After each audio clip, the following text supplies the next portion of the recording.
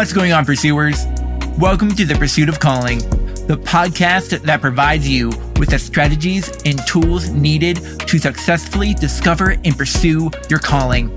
Whether it's through inspiring stories, thought-provoking interviews, or quick, insightful episodes on personal growth and development, we've got you covered. I'm your host, Thomas Carney. Enjoy the episode.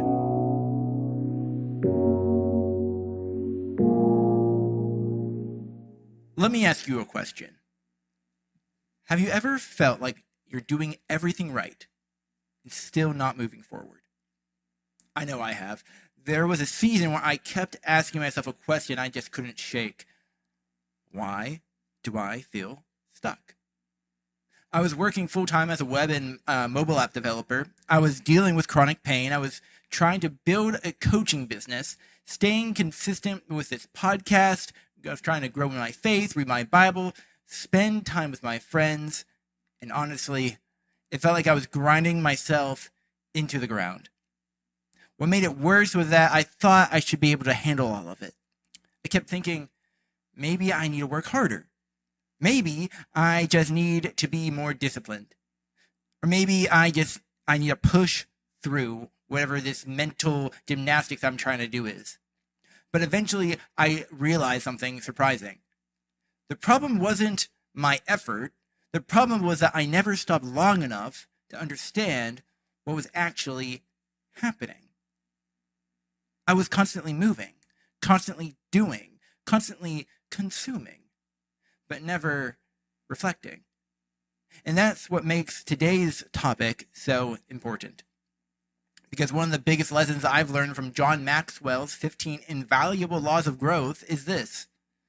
Learning to pause allows growth to catch up to you. Today, we're talking about the law of reflection. And if you've been feeling stuck, frustrated, directionless, or uncertain about what God is doing in this season of your life, this episode might be exactly what you need. I remember sitting at my desk about 3 years into my software development career. I had done everything I was supposed to do, everything society says we need to do. I went to college, got the degree, got the job, started building a career, and yet I remember sitting there and thinking, is this it? I didn't know exactly what was wrong. I just knew something felt off. Something felt unfinished. There was a restlessness I couldn't explain, and here's what's interesting. That wasn't the moment that changed my life. The moment it changed my life happened years later when I finally stopped long enough to reflect on why I felt that way in the first place. Because experience alone doesn't create wisdom. Reflection does. Experience isn't the best teacher. Evaluated experience is. Here's where this gets really important. Reflection isn't just about reviewing your day. It's about understanding who you're becoming. Because reflection reveals patterns. Patterns reveal beliefs. Beliefs shape identity. And identity determines the direction of your life. Think about that. If I constantly reflect and discover that fear is driving most of my decisions, I can confront that. If I discover that comparison is stealing my confidence, I can address that.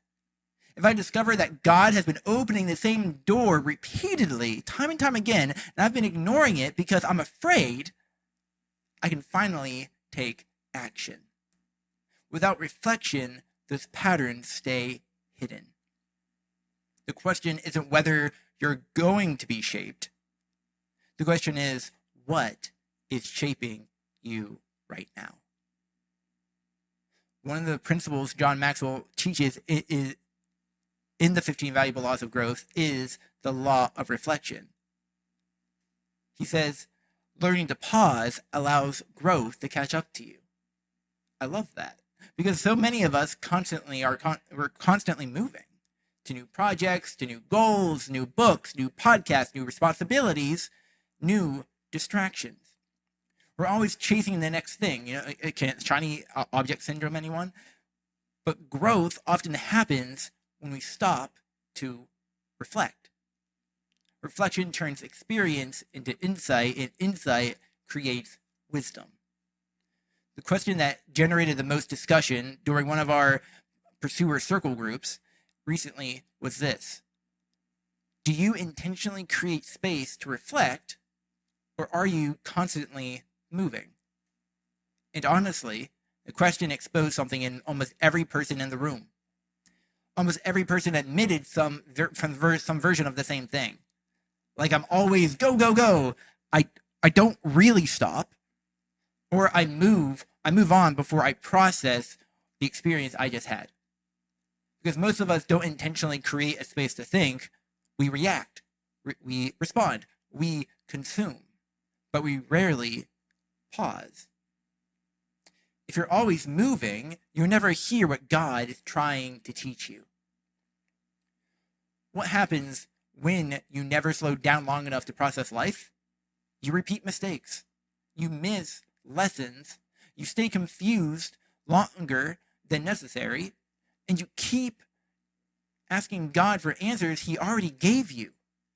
And you keep searching for clarity while ignoring the evidence sitting right in front of you. I think some men spend years praying for direction when God is waiting for them to reflect on the direction He's already been providing. God may have already shown you your next step. That's the thing. You just moved too fast to notice it. It's not too late to slow down. This is actually one of the reasons I created the Pursuer Circle. Because most men don't need another course. They don't need another YouTube video. Ironic. They don't need another episode. Another podcast episode. What they need is space. Space to think. Space to process. Space to get honest. And space to reflect with other men who are serious about their growth. If you're in a season where you know God is calling you forward, but you're struggling to figure out what the next step is, I'd like to encourage you to check it out. It's a growth-focused community for Christian men who want more clarity, more intentionality, and stronger accountability on the pursuit of their calling and the goals God's put on their life. You can learn more at circle.pursuitofcalling.com.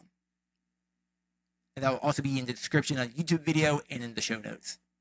So how do we actually do this?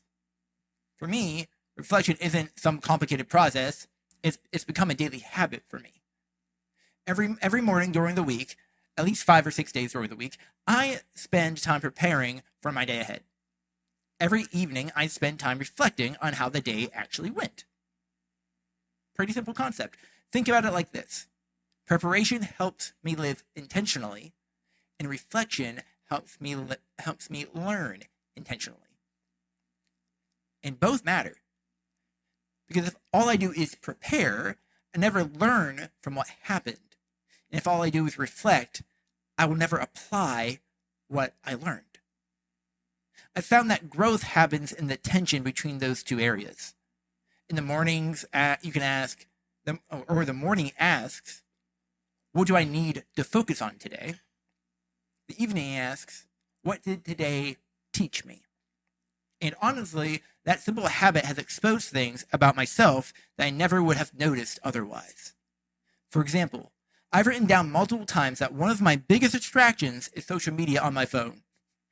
Not because somebody told me, not because I read it in a book, because reflection exposed the pattern. I kept seeing the same thing show up over and over again. I'd lose focus, lose time, get distracted, and eventually I had to confront the fact that it wasn't a random occurrence. It was a habit. Or I should say, just to be honest, it's still a habit I'm working on overcoming and eliminating from my life. Reflection exposed it, though. Brought it to light. So I started putting systems in place to make it harder for that distraction to control my day. More recently, reflection revealed something else. I wasn't paying close enough attention to my calendar. That sounds simple, but it had a real consequence. It actually just happened last week. I was prioritizing the wrong things. I was missing meetings, reacting instead of planning, feeling overwhelmed because I wasn't preparing properly for what the day was actually going to hold. Again, reflection exposed the pattern. And once I saw it, I could take responsibility for it. That's what reflection does. It helps you stop blaming circumstances and start identifying patterns. It helps you see what leads to growth and what leads to burnout. What leads to focus and what leads to distraction. What leads to progress and what keeps you stuck. And here's the good news. You don't need a complicated journaling system to start. You don't need 3 pages of notes. You don't need a fancy notebook. Start with 5 minutes a day. Or write 3 small sentences. Ask yourself, what did I learn today? What do I think about what happened? And what did I learn? That's enough. Because reflection isn't about writing more, it's about becoming more aware. And awareness is where growth begins. You can't change a pattern you refuse to notice. Reflection doesn't create your problems. It reveals them. It brings them to light. And what gets revealed can finally be changed. You know, the Apostle Paul didn't just teach reflection. He commanded it. He said, examine yourself to see whether you are in the faith. Test yourselves. That's 2 Corinthians chapter 13, verse 5. In Galatians chapter 6, verse 4, he says, each one should test his own work. And then 1 Timothy chapter 4, verse 16, he says, pay close attention to your life and doctrine. Why? Because transformation doesn't begin with action. It begins with awareness. And awareness begins with reflection. In Scripture, reflection is never about overthinking. It's about letting God reveal what he wants to transform in you. And the first thing he transforms is rarely your circumstances. It's your identity. Because when identity shifts, direction shifts. When direction shifts, your calling becomes clearer. Some men spend years asking God for direction while ignoring the lesson he's already given them. So this week, I want to challenge you with 3 questions. Question 1, what lesson from the last 6 months have you still not processed and reflected on? Question 2, what keeps showing up in your life that God may be trying to teach you? And question 3, do you intentionally create space to reflect, or are you constantly moving?